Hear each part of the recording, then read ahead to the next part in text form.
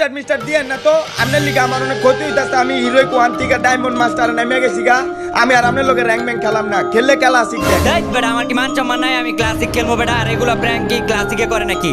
যা এবার বুদ্ধি খাটাইয়া খেলবো। আপনি আমি আমার বালের বুদ্ধি খাটাইবেন। বালের বুদ্ধি খাটাবো আমি? বালের বুদ্ধি? আমার বুদ্ধি সম্পর্কে তোর বেটা কোনো ধারণাই নাই।